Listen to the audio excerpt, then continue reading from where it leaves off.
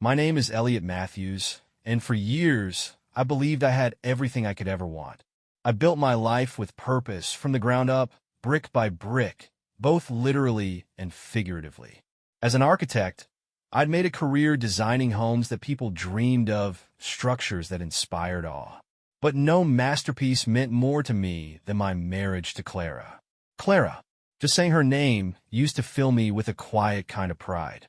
I met her at an art gallery 12 years ago, and from the moment I heard her laugh, I knew my life wouldn't be the same. She was magnetic, the kind of person who turned heads without trying, her energy lighting up the room. I was just a guy with a blueprint and a practical mind, yet she chose me. And in choosing me, she made me feel extraordinary. We built a life together that seemed, at least on the outside, untouchable.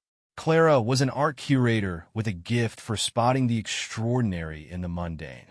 I was the steady one, the planner, the one who made sure the bills were paid and the light stayed on. Together, we struck a balance. Her vibrancy complemented my calm, her chaos softened by my order. For years, I thought we were happy. People said we were the perfect couple, the kind that made others believe in love. At dinner parties, Clara's laughter would echo through the room while I sat quietly, content to watch her shine. In those moments, I felt like the luckiest man alive. But perfect things, I've learned, have a way of hiding their imperfections. It started small, almost imperceptibly. Clara grew distant in ways I couldn't quite put into words. She would sit across from me at dinner, her eyes fixed on her phone, nodding absently as I spoke about my day. Her laughter, once spontaneous and shared, seemed reserved now for private moments she spent reading texts or glancing at her screen. When I asked her about work, her answers were curt, as though she couldn't spare the energy to elaborate. I told myself it was nothing. After all, life had gotten busier. I was consumed with a new project, a sprawling cultural center that demanded my focus and long hours. Clara, too, was juggling responsibilities, curating an exhibition for a hotshot new artist whose name she mentioned often. It's just stress. I'd think to myself late at night, watching her sleep. Every marriage has its ebbs and flows, but cracks have a way of deepening once you notice them. There were moments I couldn't ignore, like the time she came home hours later than planned, her makeup smudged and her excuses rushed, or the way she started spending weekends away, claiming they were networking events but offering no real details. Once, I woke up in the middle of the night to find her sitting on the edge of the bed, her phone glowing in her hands. When I asked who she was texting, she brushed it off, saying it was something urgent for work. I wanted to believe her. I needed to believe her. But a part of me, a part one tried desperately to silence, began to wonder if I was being naive. It wasn't just her behavior. It was something unspoken, a shift I could feel but couldn't explain. The way she avoided my gaze when I told her I loved her. The absence of her hand in mine when we walked through the park. The way our conversations had become sparse, filled with the kind of silence that wasn't comfortable anymore. I kept telling myself it was all in my head. Clara loved me. She chose me, didn't she? We had a home, a life, memories built over years. But lying next to her at night, her back turned to me, I couldn't help but wonder if those memories were enough to hold us together. Looking back now, I can see that those moments weren't random. They were signs, small cracks in the foundation of a life I thought was unshakable. At the time, though, I couldn't see the full picture. I couldn't bring myself to believe that the woman who once swore to stand by me forever might already be slipping away. The unease in my chest refused to go away, no matter how much I tried to rationalize it. Clara and I had always been close. We'd shared everything once. But now, I felt like I didn't even know her. She'd become an enigma, a stranger living in the same house as me. The changes weren't obvious at first. They crept in slowly, like shadows stretching at dusk. Clara began to spend more time away from home. She said it was work, dinners with artists, meetings with patrons, gallery events that couldn't be missed. That was her world. I reminded myself. It was fast-paced, full of late nights and last-minute plans. But I couldn't shake the feeling that there was something else beneath the surface. It wasn't just her absences. Little things started to feel off. I remember the first time I noticed her perfume lingering in the car long after she'd come home. It was a new scent, spicy, unfamiliar, and when I asked her about it, she laughed and said she'd switched brands. "Do you like it?" She'd asked with a smile that didn't quite reach her eyes. I told her it smelled great, but the moment stuck with me. Why hadn't she mentioned the change before? Then there were the purchases. Clara had always been spontaneous with her spending, but I began noticing unusual things. Items that didn't fit her usual style or interests. A pair of men's sunglasses in her car. A receipt for a boutique hotel 2 cities away, dated on a weekend when she'd said she was at an artist retreat.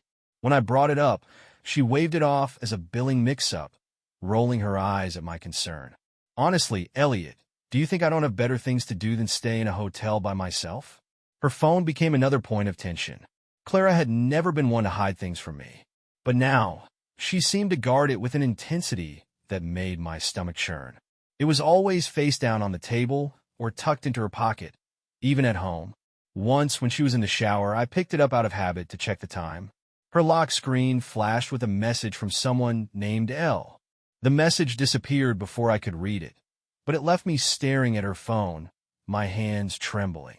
I put it down and told myself I was being ridiculous. Clara had friends, colleagues. This wasn't evidence of anything. And yet, my mind couldn't let go of the possibilities. Every odd moment, every unexplained absence started to pile up, like pieces of a puzzle I didn't want to assemble. I'd sit at the kitchen table after work, staring at her side of the couch, replaying every interaction from the day. Why had she seemed so distracted this morning? Why did she rush out the door when she wasn't due at the gallery until noon? Why didn't she laugh at my joke the way she used to? One night, I overheard her on the phone. I'd come home later than usual, exhausted from a long day at the firm. As I stepped into the hallway, I heard her voice, a low murmur, urgent and hushed. I couldn't make out the words, but her tone was unlike anything I'd heard before. There was no laughter, no warmth, just tension, sharp and cutting. I froze, not wanting to intrude. But when I stepped into the living room moments later, she was seated on the couch, scrolling through her phone like nothing had happened. "Who were you talking to?" I asked, trying to sound casual. She didn't even look up. "Work," she said, her voice light, almost dismissive. What else? There were so many little things that didn't add up, but I didn't know how to confront them. What would I even say? "Hey, Clara, I think your perfume is suspicious. I'm worried because you're checking your phone more often." It sounded paranoid, like the ramblings of an insecure man. And yet, the unease in my gut was becoming impossible to ignore. The worst part was the silence between us. When we first got married, Clara and I could talk for hours about anything: art, travel, dreams, even nonsense. But now, our conversations felt like choreographed exchanges. We talked about logistics, dinner plans, schedules, the occasional gallery update, but nothing more. I'd reach for her, asking questions, trying to find a connection, but she'd slip through my fingers like smoke. It was as if she'd built a wall between us, and I had no idea how to tear it down. I wanted to believe it was just a rough patch, that we could find our way back to each other. But as I lay awake at night, staring at the ceiling while Clara slept soundly beside me, I couldn't help but wonder if I was already too late. The first time I truly doubted Clara, it wasn't because of something obvious. It wasn't an argument or a dramatic revelation. It was a scent. She'd left early that morning, claiming she had meetings with an artist downtown. I didn't think much of it until I came home that evening. The faint aroma of cologne clung to the air in the hallway, sharp and unfamiliar. It wasn't mine. I stood there for a moment, frowning, trying to make sense of it. Maybe she'd been working with someone close by. Maybe it had lingered from a handshake or a shared workspace. I brushed it off as nothing, but the thought stayed with me. Over the next few weeks, more pieces started to fall into place. Pieces I didn't want to acknowledge but couldn't ignore. There was the dry cleaning receipt I found in her car for a suit. Not mine. When I asked her about it, she laughed, saying it belonged to a colleague who'd spilled wine at one of her events. "I was just being nice," she said, her tone airy, dismissive. I wanted to believe her, so I did. Then came the dinner invitations she started declining. For years, we had a tradition of Friday night takeout and a movie, a small ritual that felt like home. But lately, there was always a reason she couldn't make it. I'm swamped with work. There's a last-minute event. I'll make it up to you tomorrow. She said all the right things, but her absence left an ache I couldn't shake. One night, as I was going through some papers in our home office, I stumbled across a receipt for a jewelry store. It was tucked into a stack of unrelated bills, almost as if it had been hidden there. My stomach twisted as I scanned the details. It wasn't for anything extravagant, just a simple bracelet, but I knew she hadn't bought it for me. Clara wasn't the type to make impulsive purchases, especially not one she didn't share. I tried to convince myself it was for a friend or a colleague, but the date on the receipt gnawed at me. It was from a day she claimed to be at the gallery all afternoon. Then came the overheard conversation. It was late past midnight, and I had been working on sketches for an upcoming project. Clara was in the living room, her voice low but animated. The words were indistinct, but the tone was unmistakable, intense, urgent, intimate. I crept down the hallway, my heart pounding in my chest. As I stepped closer, I caught fragments of her words. "Can't keep this up, and he'll start to notice."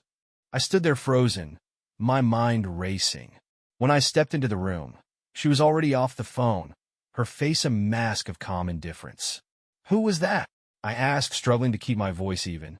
She looked at me with an expression I couldn't read, then shrugged. "Work. What else?"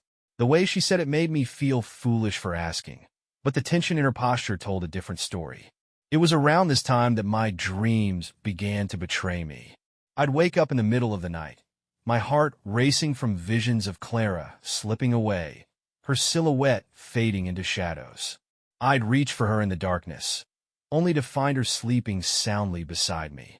In those moments, I'd tell myself I was being ridiculous, that I was letting paranoia cloud my judgment. But the doubts refused to fade. The turning point came when I picked up her phone. I hadn't planned to. She'd left it on the counter while she showered, and the screen lit up with a notification. I glanced at it, intending to ignore it, but the name caught my eye. Elle. It wasn't the first time I'd seen that name. Weeks earlier, a message from Elle had flashed across her screen and disappeared before I could make sense of it. Back then, I let it go, chalking it up to a friend or coworker. But now, seeing it again, something in me snapped. I didn't open the message. I didn't even touch the phone. I just stood there, staring at it, feeling my stomach churn. Who was Elle? And why did their name keep showing up in moments when Clara seemed so far away from me? For the first time, I let the thought take shape. Clara might be hiding something. The idea hit me like a punch to the gut, leaving me breathless and reeling. I wanted to dismiss it, to cling to the belief that she loved me, that our marriage was unshakable. But deep down, I knew the truth.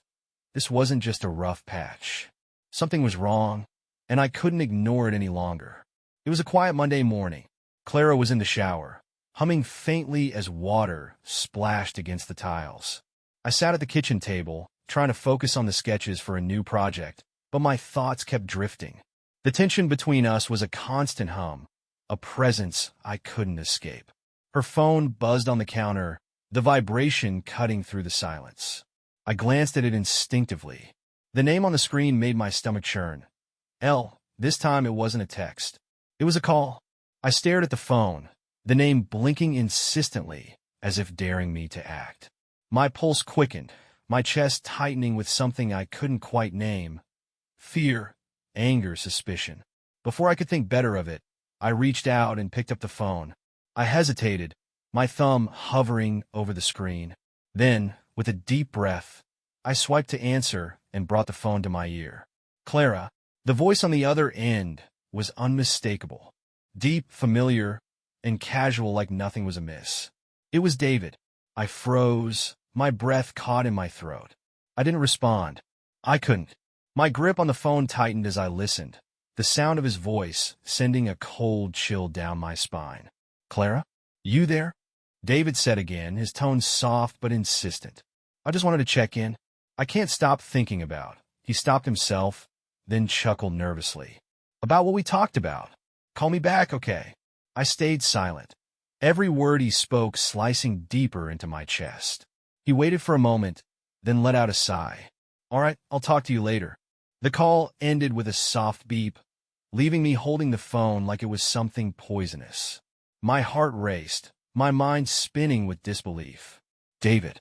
Of all people, it was him, my best friend, the man I trusted more than anyone else in the world, the man who had stood beside me at my wedding, who had toasted to my happiness. And now, he was the one calling my wife in the intimacy of a quiet morning. The sound of the shower stopped, jolting me out of my thoughts. Clara would be out any second. I set the phone back down on the counter as if it had burned me. The name Elle still burned into my memory. When Clara appeared in the doorway, her hair wrapped in a towel, she smiled at me, a soft, casual smile that felt like a slap in the face. "Good morning," she said lightly, moving toward the coffee pot. I didn't respond, my eyes following her every move, searching for a crack in the mask she wore so effortlessly. She poured herself a cup and turned to me, finally noticing the tension in my posture. "Elliot, is something wrong?" she asked, tilting her head, her voice tinged with concern. I shook my head slowly, forcing myself to keep my expression neutral. "No," I said, my voice steady despite the storm raging inside me. "Nothing at all." She seemed satisfied with that, taking a sip of her coffee and heading to the living room. But I stayed at the table, staring at her phone on the counter, the silence between us louder than any confrontation. Inside, though, something had shifted. The call, David's voice, his words, it was undeniable. The doubts that had been eating away at me for weeks were no longer just doubts. They were truth, clear and painful and inescapable. And as I sat there, watching Clara pretend everything was fine, I realized the life I thought I had was already gone. The call echoed in my mind for the rest of the day. Every word, every nuance in David's tone played on a loop, feeding the anger simmering in my chest. I couldn't focus, couldn't work, couldn't even think clearly. All I could see was Clara smiling at me over coffee, her voice light and carefree, while David's voice haunted the edges of my thoughts. That evening, Clara came home later than usual. She stepped through the door with an easy grace, carrying her usual air of charm. "Sorry I'm late," she said, brushing her hair back as she kicked off her shoes. The gallery meeting ran over. I watched her, studying every detail. The way she moved, the casual tone in her voice, the small smile she offered as though nothing in the world had changed. But it had. For me, everything was different now. "Clara," I said, my voice sharper than I intended. She turned to me, her brow furrowing slightly at the edge in my tone. "Yes?" she asked, setting her bag down on the counter. I hesitated for a moment, weighing my next words carefully. Then I decided to let the weight of my anger and hurt speak for itself. "David called this morning." Her reaction was subtle, but I caught it. A brief pause, a flicker of tension in her shoulders, quickly masked by a practiced expression of calm. "David?" she repeated, her voice feigning confusion. "Why would David be calling you?" "He wasn't calling me," I said, my tone steady but cold. "He was calling you," I answered. Clara froze.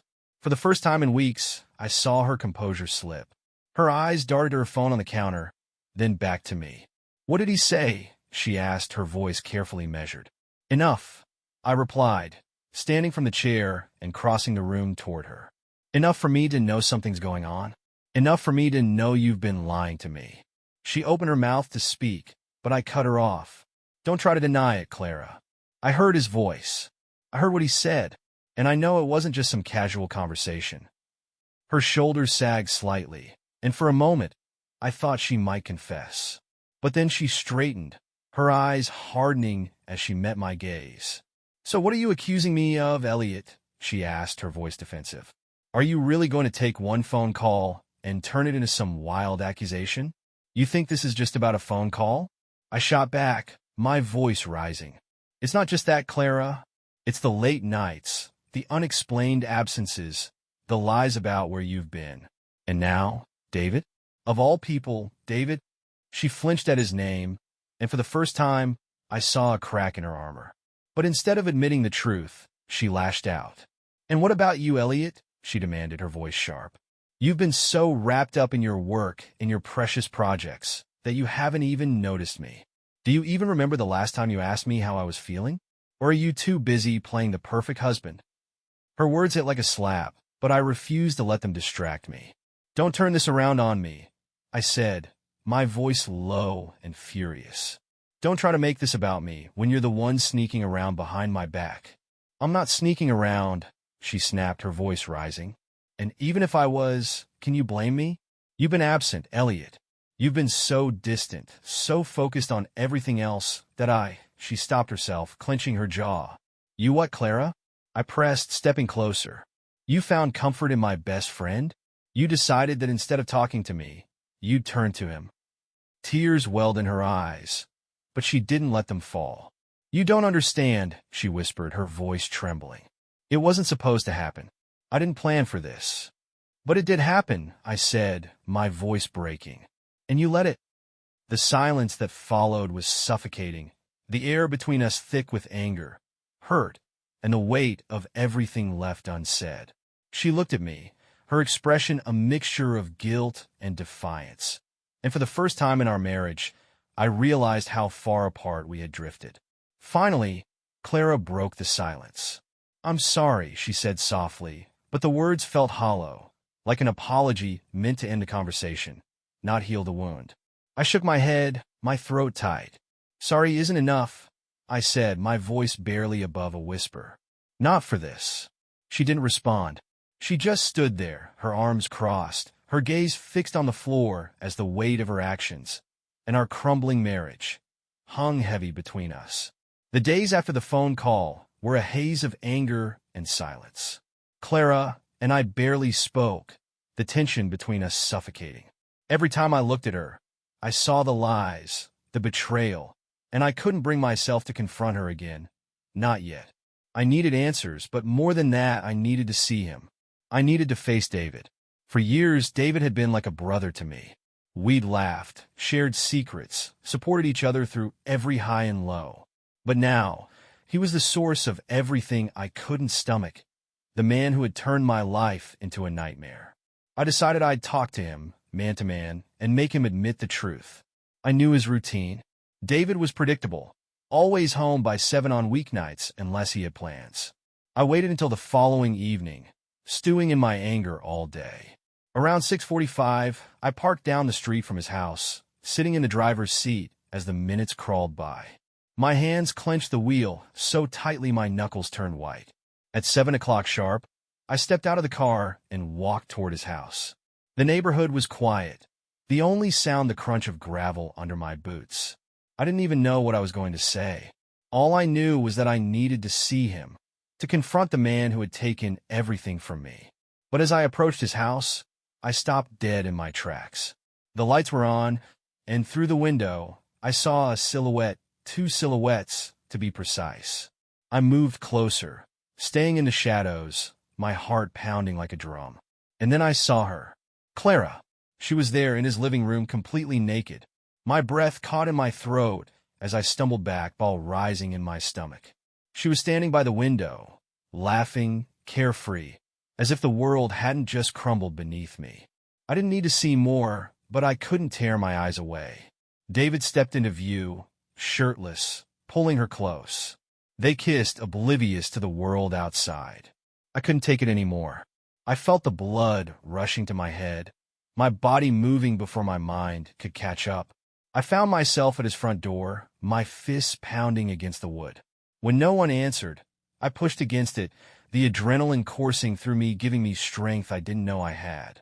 The door burst open, slamming against the wall with a loud crash. They were in the bedroom now. I could hear them. Low murmurs, laughter, the unmistakable sounds of betrayal.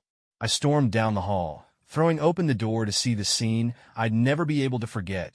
David and Clara, tangled in each other, oblivious to everything but themselves. What the hell is this? I roared, my voice raw with fury. They froze, the color draining from their faces as they looked at me. Clara scrambled for the sheets, her eyes wide with shock. David stumbled to his feet, stammering something I couldn't even process. "Elliot," Clara began, her voice trembling. "Don't," I barked, my chest heaving. "Don't say a damn word." David stepped forward, his hands raised as if to placate me. "Let me explain." I lunged at him, my fist connecting with his jaw before he could finish the sentence. He staggered back, crashing into the nightstand, clutching his face. "You're my friend," I snarled, my voice trembling with rage. "How could you? How could both of you?" Clara was crying now, clutching the sheets to her chest. "Elliot, please, just let me—" "Shut up," I shouted, turning to her.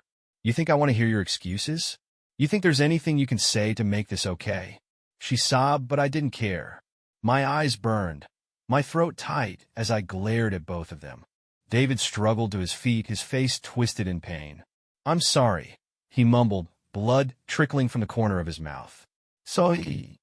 I laughed bitterly. "You're sorry? You're a coward, David. A disgusting, lying coward." Without waiting for a response, I stormed out of the room, ignoring their frantic attempts to call me back. The hallway blurred around me as I made my way outside, my hands trembling with a mix of rage and despair. I spotted David's shiny black BMW in the driveway, its spotless surface gleaming under the porch light. Something inside me snapped. Grabbing a rock from the side of the yard, I raised it over my head and brought it crashing down onto the windshield. The glass shattered, spiderwebbing in an explosion of cracks. I hit it again and again, each strike releasing some of the fury boiling inside me. Finally, I stepped back, breathing heavily, the rock slipping from my fingers. The damage was done, the glass a ruined mess of jagged shards. But it wasn't enough. Nothing would ever be enough to fix the betrayal that had gutted me. I turned and walked away, leaving the wreckage, both of the car and my life, behind me. As I reached my car and drove off, the sound of Clara's voice still echoed in my mind, her pleas ringing hollow against the shattering silence of what we once were. The day following the betrayal were a blur of rage. I didn't sleep. I barely ate. Every time I closed my eyes, I saw them, Clara and David, laughing, touching, mocking everything I thought we had. The anger consumed me, pulsing through my veins like fire. I couldn't let it go. I wouldn't. They had taken everything from me, and I was going to make them pay. Clara was out when I returned to the house. Good. I didn't want her there. Not yet. The first thing I did was walk into our bedroom and begin pulling her belongings from the closet. Dresses, shoes, handbags, everything went into a pile in the center of the room. Next came the bathroom. Perfumes, makeup, the hairdryer she loved so much. I cleared every drawer, every shelf, until there wasn't a trace of her left in the house. Then I carried it all outside. By the time I finished, the front yard looked like a bargain bin exploded onto the lawn. Clothes hung from the bushes, shoes scattered across the grass, jewelry glinting under the sunlight. I didn't stop there. Clara's paintings, the ones she had poured herself into, the ones she prized above all else, were next. I hauled them into the backyard, setting them against the fire pit we never used. It didn't take long to set it all ablaze.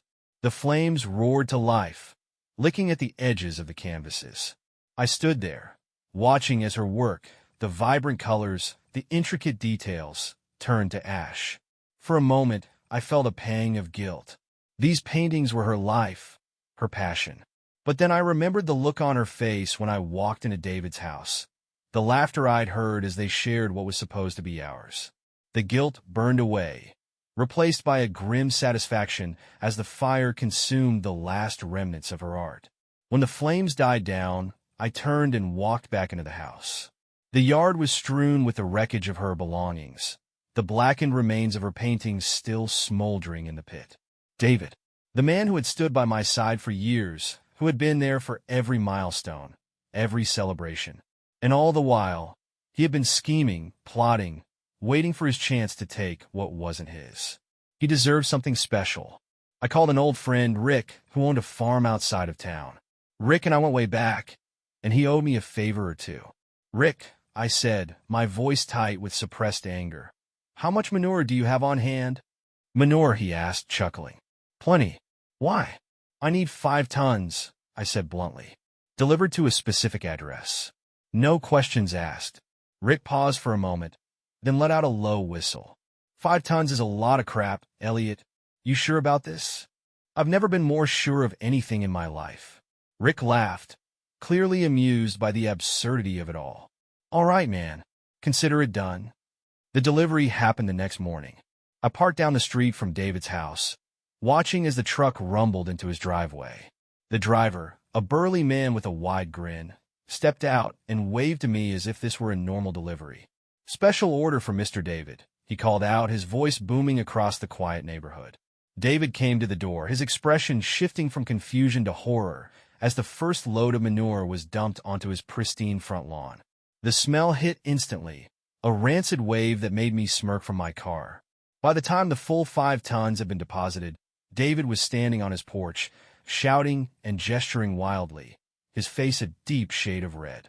I watched from a safe distance, satisfaction bubbling up inside me. He deserved every ounce of that manure, every rotten, stinking pound of it. That evening, Clara returned home. She stood in the yard, staring at her belongings scattered across the grass. Her mouth opened, but no words came out. Her gaze drifted to the backyard, where the charred remains of her paintings still smoldered. Finally, she turned to me, tears streaming down her face. "Why are you doing this?" she whispered. I stepped onto the porch, my voice calm but ice cold. "You burned our marriage to the ground, Clara. I'm just returning the favor." She sobbed, clutching at her chest, but I didn't care. I didn't feel anything anymore. All I saw was the wreckage of what we once had and the justice I was determined to exact.